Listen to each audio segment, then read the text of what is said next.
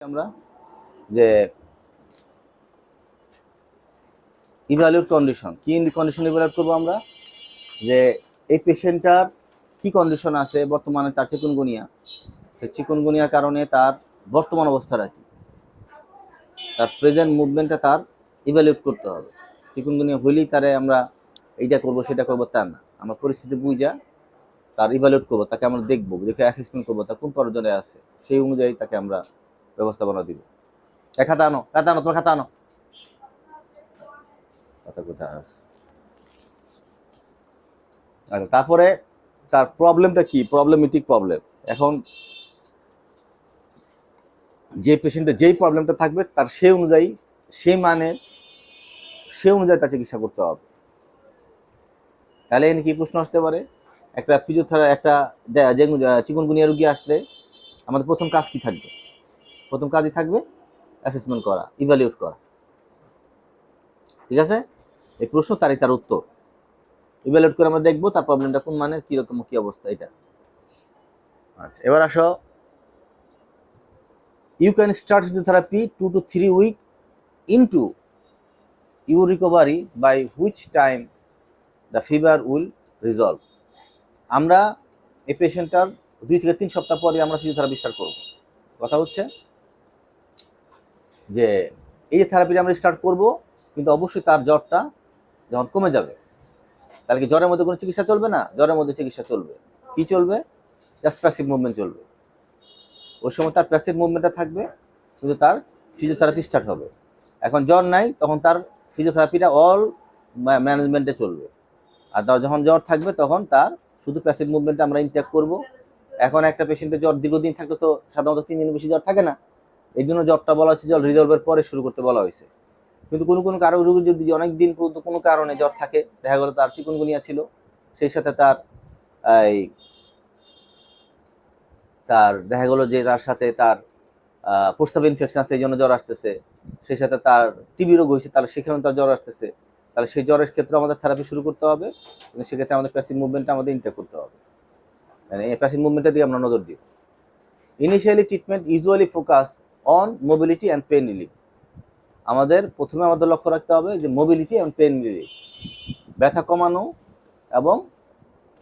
তার মোবিলিটি বলতে তার প্রত্যেকটা জয়েন্টের রেঞ্জ অফ মোশন ইনটেক করা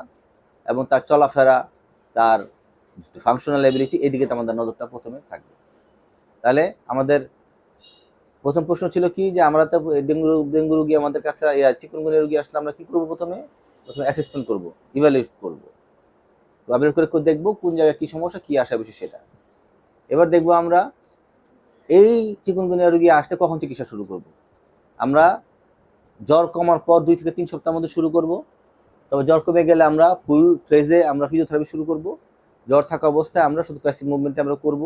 কিন্তু কোনো রোগী যদি সেকেন্ডারি চিকুনগুনিয়ার সাথে অন্য জ্বরের অন্য কোনো কমপ্লিকেশন থাকে যেমন একটু আগে বললাম কি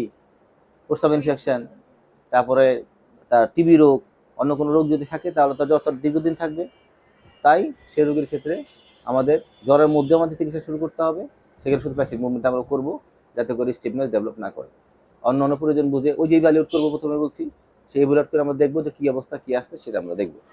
এরপরে আমরা দেখবো যে কি আমরা মূলত আমাদের এই রোগীদের ক্ষেত্রে আমরা কী করবো মোবিলিটি অ্যান্ড পেন রিলিফ তার পেশেন্টটা মোবিলিটির দিকে আমাদের মূলত বেশি নজর দিতে হবে এবং ব্যথা কমানোর দিকে নজর দিতে হবে আচ্ছা এখন fatigue with simple movement is normal at the stage দেখা গেলো একটা পেশেন্ট অল্পতে খুব ক্লান্ত হয়ে যাচ্ছে টায়ার্ড বোধ করতেছে তাহলে সেক্ষেত্রে আমাদের কী করতে হবে নর্মাল রেঞ্জ মোশন করতে হবে due to weakness and loss of the muscle mass কারণ এই রুগী যখন খাচ্ছে না রুগী জ্বর তাহলে তার মাস কমে যাবে মাসেলের লেন্থ কমে যাবে মাসেলের স্ট্রেংথ কমে যাবে এই জন্য আমাদের খালি রেঞ্জ অফ মোশন দিকে আমরা নজরটা দিব এক্ষেত্রে আমরা স্ট্রেন্থেনিং অন্য কাজগুলো আমরা খুব বেশি ওই অবস্থায় আমরা করব আচ্ছা তাহলে এখানে প্রশ্ন কি আসবে প্রশ্ন কি একটা প্রশ্ন বানাইলে কি মনে করতে হবে যে একটা রোগী অত্যন্ত ক্লান্ত অবস্থায় আছে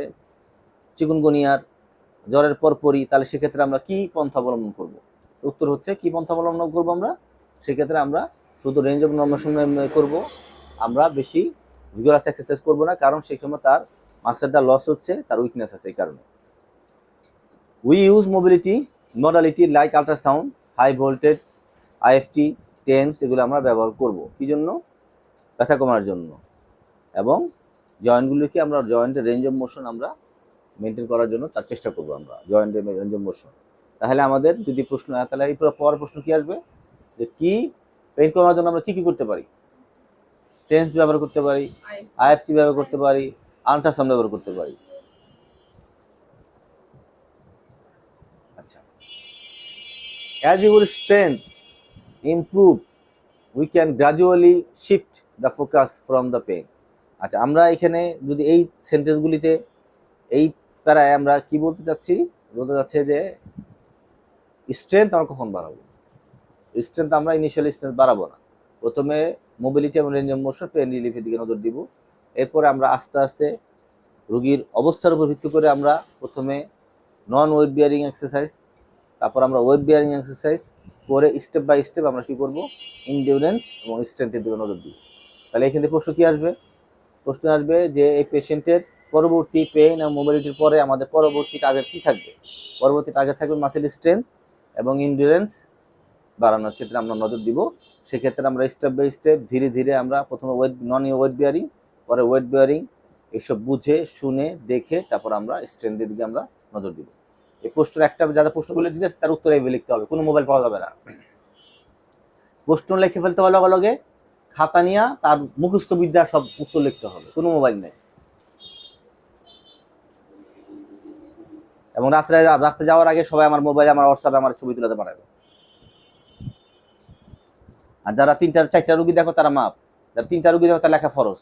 2টা রুগী দেখে বক্কর চক্কর করে খালি ভয়েস দেয়, 2টা রুগী দেখছে, কি শুরু হয়েছে গভ চেম্বারে? 2টা রুগী দেখে মনে হয় 10টা রুগী দেখে গেছে একেবারে দিনে দেখছে। এই নিয়ে এপিসির স্ট্রেন্থ লড়ে চলো লালাপা করে ঘুরে গেড়ে গেড়ে 2টা বাজে ভয়েস দেয় আমি 2টা রুগী দেখছি, এরকম হইলো? গান শুরু হয়ে গেছে, খেলা শুরু হয়ে গেছে একটা। তারা এরকম সময় নষ্ট করে, আর লেখার বেলা খাতা নাই, কিচ্ছু নাই। ফাইজলামের একটা সময় থাকা উচিত। প্রত্যেকে খাতা লেখা 2টা রুগী দেখা হইলে প্রতি আরো 3 ঘন্টা কি লেকচার লেখা, খাতা লেখা দিয়ে আবার খাতা হোয়াটসঅ্যাপ দিয়ে তারপর যাবা রাস্তা সব আটকে রাখুন, আমি দিবা রাত্রে যাওয়া সব করে আটকে রাখুন। অভ্যাস খারাপ হয়ে গেছে বকা না দিয়ে দিতে, যাই কেমন দেখুন আজকে আমি।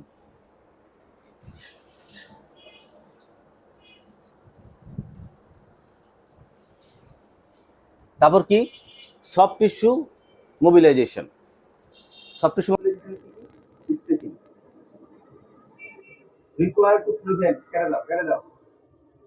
muscle tightness and specifically কোন উপরে muscle tightness এর উপরে